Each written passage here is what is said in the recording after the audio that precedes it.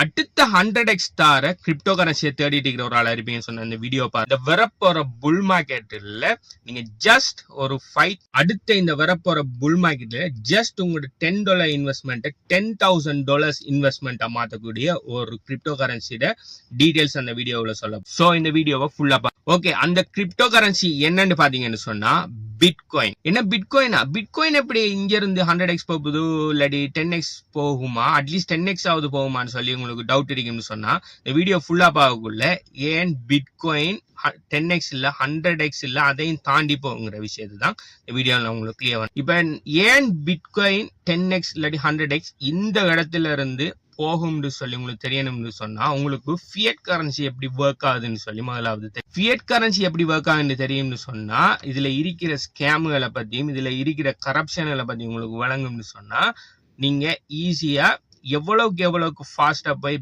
Bitcoin accumulate பண்ணலுமோ அவ்வளவுக்கு ஃபாஸ்டா போய் நீங்க பிட்காயின் அக்யூமுலேட் பண்ண. முதலாவது ஃபியட் கரன்சி பாத்தீங்கன்னு சொன்னா அன்லிமிட்டெட் சப்ளைன்னு சொன்னா எந்த விதமான கெப்புமே இல்லை. நாங்க இவ்வளவுதான் பிரிண்ட் பண்ண போறோம், இவ்வளவுதான் டோட்டல் சப்ளைன்னு சொல்லி எந்த விதமான ரெகுலேஷனோ ரூல்ஸோ எதுவுமே. 1971 பிரசிடென்ட் நிக்சன் கோல்ட் ஸ்டாண்டர்டை எப்ப ரிமூவ் பண்ணறோ அந்த டேட்ல இருந்து இன்றைக்கு வரைக்கும் அவனை நினைச்ச மாதிரி அவனால் பிரிண்ட் பண்ணி தள்ளிட்டு. சில பிரிண்டிங் பாத்தீங்கன்னு சொன்னா நாட்டு நல்லதுக்காக செய்யறேன்னு சொல்லி சொன்னாலும் அநேகமான பிரிண்டிங் பாத்தீங்கன்னு சொன்னா அவங்களோட கரப்ஷனுக்காகவும் வெளிநாட்டு யுத்தங்களுக்கு பணங்கள் அனுப்புறதுக்காகவும் சும்மா தேவையில்லாத விஷயங்களுக்காகவும் இந்த அரசியல்வாதிகளும் கவர்மெண்ட்ஸாலும் பிரிண்ட் பண்ணி தான் லீடு. ரெண்டாவது முக்கியமான விஷயம் பாத்தீங்கன்னு சொன்னா இது சென்ட்ரல் பேங்க்ஸால கண்ட்ரோல் பண்ணப்படுது. சென்ட்ரல் பேங்க்ஸால கண்ட்ரோல் பண்ணப்பட்ட நல்லதான்னு சொல்லி யோசிப்பீங்க. சென்ட்ரல் பேங்க்ஸ்ங்கிறது ஒரு சென்ட்ரலைஸ் அத்தாரிட்டி, ஒரு குறிப்பிட்ட ஒரு கொஞ்சம் பேர் இருந்துகிட்டு இந்த மணியை கண்ட்ரோல் பண்றாங்க. அவங்க நினைச்சா என்ன விதமான மாற்றங்களும் அதுக்கு செய்யலாம், எந்த விதமான தலையீடுகளையும் அதுல டிசிஷன்ல மேக் பண்ணலாம். ஏன்னா நம்மட யார கண்ட்ரோல்லையுமே அந்த பணம் இல்லை, ஜஸ்ட் ஒரு குறிப்பிட்ட நபர்கள் அல்லது குறிப்பிட்ட கண்ட்ரிகள் கண்ட்ரோல்ல. அடுத்தது பாத்தீங்கன்னு சொன்னா கண்டினியூஸா நம்ம பாவிக்கிற இந்த ஃபேக் பேப்பர் கரன்சிகள் பாத்தீங்கன்னு சொன்னா இது வெலுவை லூஸ் பண்ணிட்டு இருக்குது. நீங்க இப்ப உதாரணத்துக்கு $100 5 வருஷத்துக்கு முதல் வாங்குற பொருளை இன்றைக்கு அதே $100 வாங்கலுமான்னு சொன்னா இல்ல. இன்னும் 5 வருஷத்துக்கு பிறகு இன்றைக்கு வாங்குற பொருளை கூட இன்னொரு 5 வருஷத்துல வாங்க முடியுமான்னு சொன்னா இல்ல.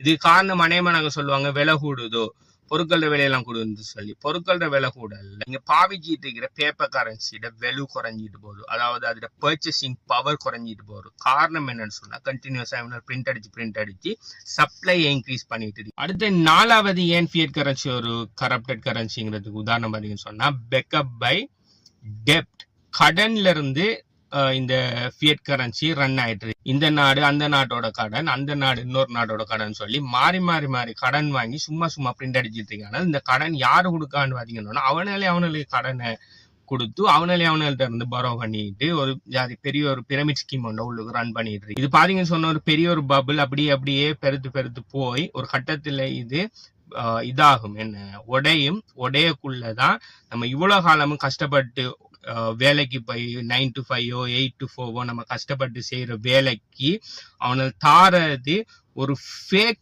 பேப்பருங்கிறத நீங்க எப்ப ரியலைஸ் பண்ணீங்கன்னா எல்லாமே உங்களோட கையை மாறி போனது போறா நீங்க ரியலைஸ் பண்ண. நீங்க கனடாவில் நீங்க யூஎஸ்ல இருக்கிற ஒரு ஆளை இருப்பீங்கன்னு சொன்னா நீங்க ஜஸ்ட் ஒரு தொழில் மினிமம் வேஜ் தொழில் ஒரு தொழில் செஞ்சீங்கன்னு சொன்னா இந்த நாட்டுல வாழவே இயலாது. நீங்க ரெண்ட்டுக்கு நீங்க குரோசரிக்கு அது இதுன்னு சொல்லி வாழவே இயலாது. நேற்று ஒரு வீடியோ காட்டன்னு ஒரு கிரியேட்டர் போட்டிருந்தாங்க. ஸ்டீக் அதாவது இறைச்சி, ஒரு இறைச்சி ஒரு பண்டில் உண்டு $100 இருந்து $200 விற்கான. கிட்டத்தட்ட எவ்வளவு $100 $20,000 இருந்து $200 $40,000 ருபீஸுக்கு இறைச்சி. நம்ம நாட்டுல எல்லாம் அந்த காசிக்கு ஆடு மாடெல்லாம் முழு என்ன இதே உயிரோட வாங்கலாம்.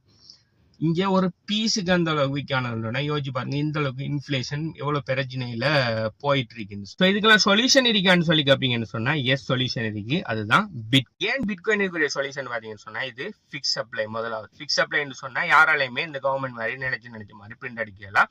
உலகத்துக்கு 21 மில்லியன் பிட்காயின் வாரத்துக்குன்னு சொல்லி ப்ரோக்ராம் பண்ணப்பட்டிருக்கு. அந்த 21 மில்லியன் மட்டும்தான். அதை தாண்டி எக்ஸ்ட்ராவா ஒரு பிட்காயின் கூட உருவாக்கலாம். அநேகமா நாங்கள் சொன்னோடனே பிட்காயின் நினைச்சா பிட்காயின் உருவாக்கினார்கள் நினைச்சா அதை கூட்டலாம் தானே, பிட்காயினை மேனிபுலேட் பண்ணலாம் தானே சொல்லி நீங்க நினைக்க. ஓகே, இன்டர்நெட்டை கண்டுபிடிச்ச ஒரு ஆள் இருக்காரு. இப்ப இன்டர்நெட்டை கண்டுபிடிச்ச ஒரு ஆள் இருந்தாலும் இன்டர்நெட்டை இப்ப நினைச்ச ஒரு ஆளை ஸ்டாப் பண்ணிடலாமா? இல்ல. ஏன்னா இன்டர்நெட்ங்கிறது அவர் தான் கண்டுபிடிச்சாலும் அவரோட கண்ட்ரோல்ல இல்ல. கண்டுபிடிக்கிறங்கிறது வேற, கண்ட்ரோல் வச்சிருக்கிறங்கிறது வேற. இன்டர்நெட் எப்படி ஒரு தனிநபர் கண்ட்ரோல் பண்ணலையோ அதே மாதிரி பிட்காயினையும் ஒரு தனிநபர் கண்ட்ரோல் பண்ணல.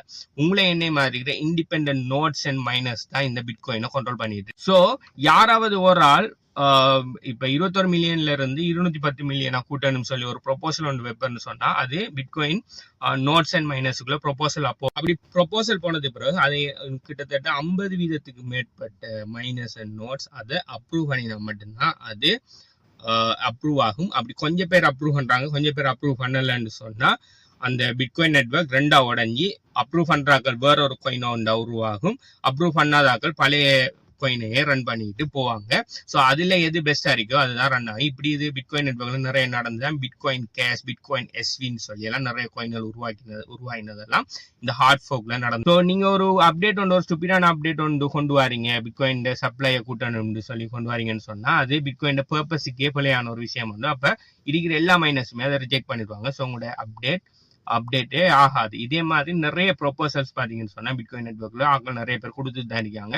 அதுல நல்ல ப்ரொபோசல்ஸ் எல்லாம் இம்ப்ளிமெண்ட் பண்ணுவாங்க, நல்ல மில்லா ப்ரொபோசல் ரிஜெக்ட் பண்ணிடும். ஸோ இதுல முக்கியமா நீங்க வழங்க வேண்டிய கன்செப்ட் என்னன்னு சொன்னா ஒரு தனிநபர் கண்ட்ரோல் இல்ல. ஒரு தனிநபர் கண்ட்ரோல்ல இருக்கிறதால வேர்ல்ட் பெரஜின் நம்ம ஃபியட் கரன்சிக்கு. ஆனா பிட்காயின்ல ஒரு தனிநபர் கண்ட்ரோல் இல்லாதால அந்த பிரச்சனைகள் வராது. அதனாலதான் 17 வருஷமா சக்சஸ்ஃபுல்லா ரன் ஆயிட்டு இருக்கு. அடுத்த பாத்தீங்கன்னு சொன்னா டிரான்ஸ்பேரண்ட் அண்ட் பார்டர்லெஸ். நீங்க பிட்காயின்ல எந்த வாலெட்டுக்கு எவ்வளவு அமௌண்ட் போகுது, அந்த வாலெட்ல எவ்வளவு இருக்குன்னு சொல்லி எல்லாத்தையுமே டிரான்ஸ்பேரண்டா பார்த்துக்கொள்ளலாம். ஆனா உண்மையிலேயே நம்மகிட்ட நாடுகள்ல இருக்கிற சென்ட்ரல் பேங்க்லயோ பேங்க்ஸ்லயோ எவ்வளவு பணம் இருக்குன்னு சொல்லி யாராலுமே பார்க்கலாம். இப்ப நீங்க உங்கள்ட்ட ஒரு கோடி ரூபா பேங்க் லோன் போறீங்கன்னா உங்களோட கோடியும் பேங்க் வச்சிருக்கணும்னா இல்ல அவனுங்க அதை எடுத்து ஃபண்ட் பண்ணி தருவாங்க. நீங்க நினைச்சிட்டு இருப்பீங்க உங்களோட பேங்க்ல உங்களோட பணம் இருக்குன்னு சொல்லி எந்த விதமான வெரிஃபிகேஷன். ஆனா பிட்காயின்ல உங்களோட வாலெட்ல ஒரு அமௌண்ட் வந்து இருக்குன்னு ஒரு பிட்காயின் இருக்குன்னு சொன்னா அந்த பிட்காயினை எல்லாருமே வெரிஃபை பண்ணலாம். அந்த வாலெட்ல அது இருக்கா இல்லைங்கிறது எல்லாருமே டிரான்ஸ்பேரண்டா பார்த்துக்கணும். அடுத்தது பேங்க்ஸ் மாதிரி மண்டே டு ஃப்ரைடே 3 மணிக்கு போனா நாளைக்கு வாங்கன்னு சொல்றேன், வெள்ளிக்கிழமை வாங்கினோம்னா திங்கக்கிழமை வாங்கன்னு சொல்றேன். இந்த கான்செப்ட் 24/7 எந்த நாட்டுல இருந்து வேணும்னாலும் எந்த நாட்டு மூலைக்கும் நீங்க பிட்காயினை டிரான்சாக்ஷன் பண்ணிக்கொள்ளலாம். இதே நீங்க ஸ்ரீலங்காவில் வந்து கனடாக்கு பேங்கூட பணம் அனுப்புறதுன்னா நீங்க ஒபிஷியல் அவர்ல போகணும். எனத்துக்கு பணம் அனுப்ப போறீங்கன்னு சொல்லி 1000 கேள்வி கேட்பானல். அதுக்கப்புறம் பணம் அனுப்ப ஒத்துக்கொண்டாலும் அதுல இருந்து பெரிய ஒரு ஃபீஸ் ஒன்றை புடுங்கி எடுத்துக்கிட்டு அவங்க அப்பா வீட்டு பணம் மாதிரி அதுக்கு பிறகுதான் அனுப்புவானல். அப்படி அனுப்பினாலும் அது வந்து சேர்றதுக்கு 4-5 பிசினஸ் டேஸ் ஆகும். ஆனா பிட்காயின்ல அப்படி இல்லை. நீங்க யாருகிட்டையும் எந்த பெர்மிஷனுங்கிறத தவிர யாரு ரிசீவர் வாலெட் அட்ரஸை வாங்கி இன்ஸ்டன்டா நீங்க பணம் அனுப்பி கொள்ளலாம். அடுத்த ஒரு நிமிஷம் 2 நிமிஷத்துக்கு இடையிலேயே அதுக்குரிய பிட்காயினை பெற்றுக்கொள்ளும். அதே பிட்காயினை பாத்தீங்கன்னு சொன்னா நீங்க ஓன் பண்ணுவீங்க, உங்களோட பேங்க் ஓன் பண்றதுல. ஓகே, நீங்க உங்களோட வாலெட்ல, அதாவது பிட்காயின்ல எக்ஸ்சேஞ்சில் நீங்க ஹோல்ட் பண்ணீங்கன்னு சொன்னா உங்களோட வாலெட் இன்னொரு தான் ஹோல்ட் பண்றான். ஆனா நீங்க உங்களோட நான் கஸ்டோடி வாலெட்ல பிரைவேட் வாலெட்ல ஹோல்ட் பண்ற பிட்காயினை நீங்க 100% ஓன் பண்ணுவீங்க. நீங்க தான் போறோம். அதை உங்களோட கன்சென்ட் இல்லாம யாராலுமே எடுக்க முடியாது. நீங்க உங்கள்ட்ட எவ்வளவு பிட்காயின் இருக்குன்னு சொல்ற வரைக்கும் யாருக்குமே உங்கள்ட்ட எவ்வளவு பிட்காயின் இருக்குன்னு சொல்லி தெரிய போகுது. நான் சொல்ல போற விஷயம் உங்களுக்கு சொக்கா இருக்கும். கிட்டத்தட்ட 30 வீதமான ஃபியட்ல யூஎஸ் டாலர்ல இருக்கிற 30 வீதமான சப்ளை பாத்தீங்கன்னு சொன்னா லாஸ்ட் 2 வருஷத்துல பிரிண்ட் பண்ணது. யோசிச்சு பாருங்க, எத்தனையோ வருஷமா அந்த யூஎஸ் டாலர் இருக்கு, அதுல 30 வீதமான சப்ளையை லாஸ்ட் 2 இயர்ஸ்ல பிரிண்ட் பண்ணிக்கானோம்னா எந்த அளவுக்கு கல்லனை பிரிண்ட் பண்ணி தரலாம். ஸோ பிரைஸ் கூடுது, எல்லாத்துக்கும் பிரைஸ் கூடுதுன்னு சொல்லி கவலைப்படுறத விட்டுட்டு ஏன் பிரைஸ் கூடுதுங்கிற விஷயத்த கண்டறிங்க. இப்போ கூட நீங்க பிட்காயின் 100,000 போயிட்டுன்னு சொல்லி நீங்க இன்னும் யூஎஸ் டாலர் மெசேஜ் பண்ணீங்களே தவிர ஒரு பிட்காயின் ஆல்வேஸ் ஒரு பிட்காயினை நீங்க இந்த யூஎஸ் டாலர்ல மெஷர் பண்றதால விலை கூட்டிட்டு போற மாதிரி இருக்குது. உங்களால எவ்வளவுக்கு இயலுமோ பிட்காயின் எவ்வளவுக்கு அக்யூமுலேட் பண்ணுங்க. நீங்க மொத்தமா ஒரு பிட்காயின் வாங்கணும் எந்த அவசியம் இல்லை. நீங்க கொஞ்சம் கொஞ்சமா டிசிஏ பண்ணி வாங்கலாம்.